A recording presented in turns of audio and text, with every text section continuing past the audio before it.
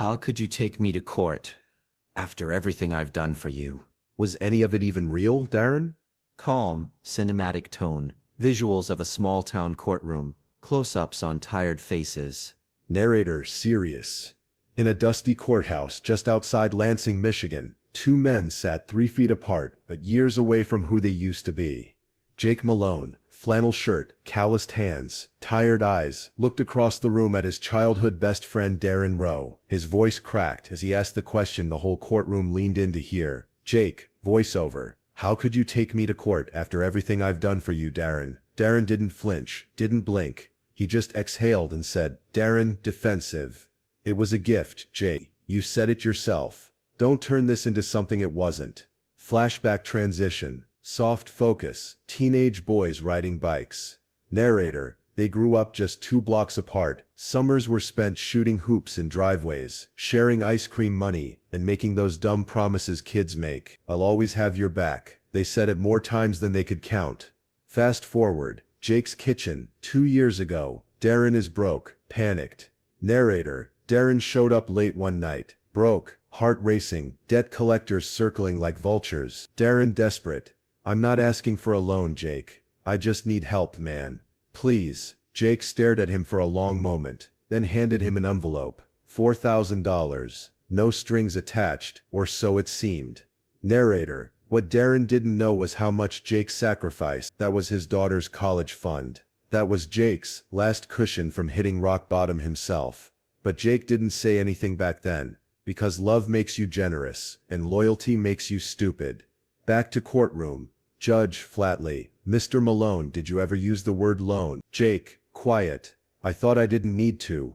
Narrator. The judge scribbled something on a notepad. Darren smirked, and somewhere between heartbreak and humiliation, Jake realized this wasn't just about money. It was about being disposable, about realizing that maybe, just maybe, Darren had never seen him as a friend, just a bank. Closing scene. Jake staring out a rainy window. Darren on the phone, smug, pacing outside. Narrator. Friendship is a funny thing. It takes years to build, and just one moment of silence to destroy. And that moment was now. Fade in. Early morning. Gray skies. Darren's apartment. Eviction notice on the door. Narrator. Cynical. Let's rewind this mess a little, shall we? Because Darren Rowe wasn't just in trouble when he begged Jake for help. He'd been in a slow-motion collapse for years. You just had to look closely. Montage. Unopened bills. Bounced checks. Voicemail threats from payday loan companies. Narrator. Gambling debts. Missed rent. Couch hopping like it was a career.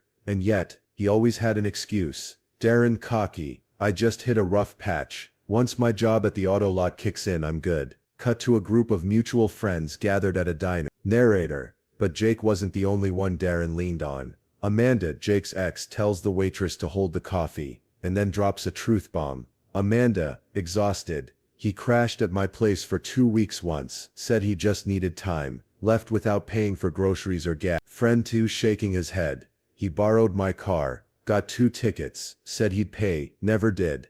Visuals. Darren laughing at a bar, swiping drinks on someone else's tab. Narrator. He was that guy. The guy you felt bad for, until you realized he was always in survival mode, and everyone else's kindness was just collateral. But Jake was loyal to a fault. Flashback. Jake and his daughter Emma, arguing at home. Emma, angry. You gave him my tuition money? Dad, what is wrong with you? Jake, frustrated. He needed it more. Narrator. He didn't say I made a mistake. He said he needed it more. Narrator. Lowers tone. Intimate. Heavy. Because when you grow up with someone, you don't just remember the favors. You remember the nights on the porch talking about dreams. You remember funerals you got through together. Breakups. Arrests. Lost jobs. That kind of friendship makes you blind. Makes you deaf to warnings. Makes you generous to your own fault. Flashback montage ends. Back to courtroom. Narrator. Dry. But the judge didn't care about backstories. Only facts. Judge. Did you say the money was unconditional?